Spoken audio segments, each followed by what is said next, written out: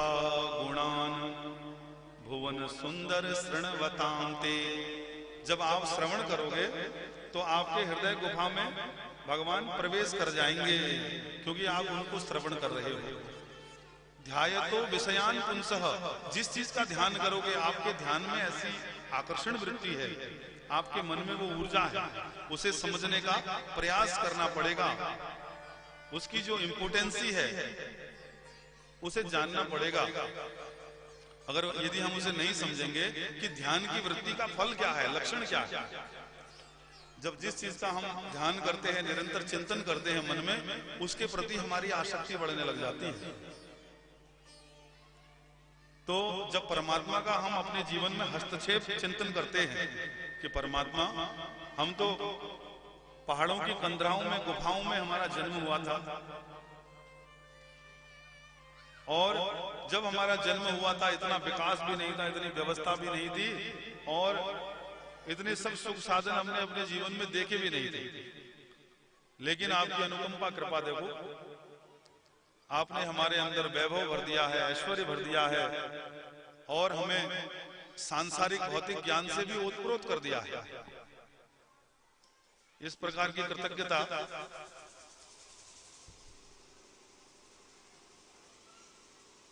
जब भक्त के अंदर जागृत हो जाती है भगवान के प्रति, तो निश्चित रूप से भगवान द्रवीभूत हो जाते हैं और उस भक्त के जीवन में ज्ञान का मार्ग स्पष्ट होने लगता है प्रतिपल। तो यत् फलम नास्ति तपसा न योगेन समाधिना तत्फलम लभते सम्यक कलौ केशव कीर्तना। ये विशेषता है भगवान के भजन की। तो हमें चाहिए कि हम हर हाल में उनका भजन, उनका सुमिरन निरंतर नित्य क्रिया, नित्य कृत्य के माध्यम से अपने जीवन में उसे उतारें। जैसे रोज हम अपने घर में झाड़ू लगाते हैं, रोज पोछा लगाते हैं, किस लिए?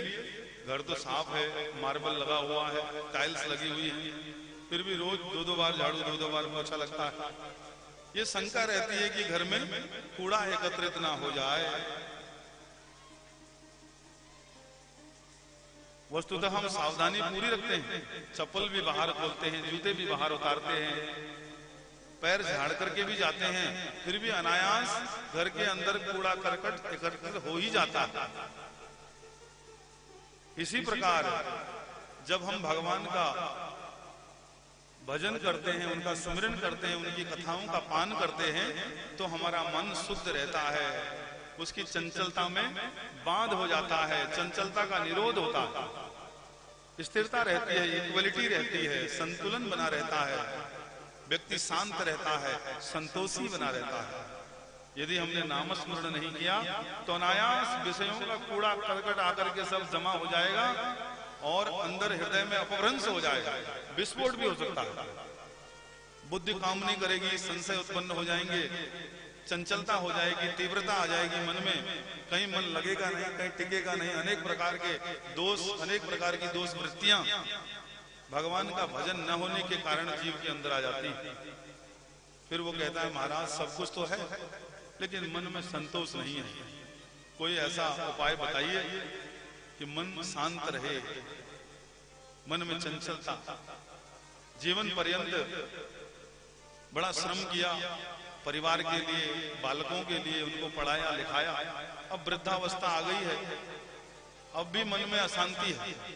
अब जब सारा कारोबार बालकों ने संभाल लिया है, सबको अच्छी अच्छी नौकरी मिल गई है, कोई डॉक्टर बन गया है, कोई इंजीनियर बन गया है, फिर भी व्यक्ति को लगता है कि मैं जिम्मेवार व्यक्ति हूं, फिर भी वो अपना श्रेय भगवान को देना नहीं चाहता, फिर भी वो समाज में अपना ही गुणगान करता है कि देखो मैंने इतना इतना परित्याग किया, अपने बेटे को डॉक्टर बना दिया, उसको इंजीनियर बना दिया, और कितना जीवन में मैंने त्याग किया, तपस्या करी, मेहनत करी, मकान बनाया, कोठी बनाई, बंगला बनाया। परमात्मा को उसमें कहीं सम्मिलित नहीं करता। और जो ज्ञानी होता है, जो साधक होता है, भक्त होता है, वो कृतज्ञ रहता है। वो कहता है महाराज आपने तो इतना सब कुछ किया, लेकिन हमसे तो आज तक कुछ हो नहीं पाया। जो भी है हमारे पास, जो आपको दिख रहा है, ये सब परमात्मा की कृपा से है। न हमारे अंदर कोई योग्यता थी, न कोई विनम्रता थी, लेकिन फिर भी इन्होंने हमें सरकारी नौकरी दिला दी, रिटायरमेंट भी हो गए, उसके बाद भरतौल में हमें बसा भी दिया, उसके बाद बच्चों का विवाह भी हो गया, सब अपने अपने स्थान पर सुरक्षित हो गए हैं। अब हम भगवान से निवेदन करते हैं कि परमात्मा हमारे मन में शांति बनाए रहे। कुछ लोग इस प्रकार निवेदन करते हैं, उनके मन में ईश्वर की कृतज्ञता रहती है कि देखो परमात्मा ने हमें कहां से उठा करके कहां पहुंचा दिया। पत्ता टूटा डाल से ज्यों ले गई पवन उड़ा,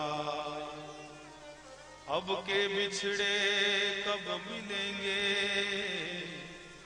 कहीं दूर बसेंगे जा। उन कंदराओं में, उन पहाड़ों की गुफाओं में जिनसे हमारा आत्मवत संबंध था, वो हवा का झोंका हमें उखाड़ करके ले गया, परदेश में बसा दिया। वहां की रोजी रोटी थी, दाना पानी वहां का था, सो हमने खाया। और परमात्मा के प्रति कृतज्ञता यदि रही तो जीवन सुखमय बना रहेगा। यदि हम भूल गए तो जैसे हवा का झोंका पत्ते को उड़ा ले जाता है,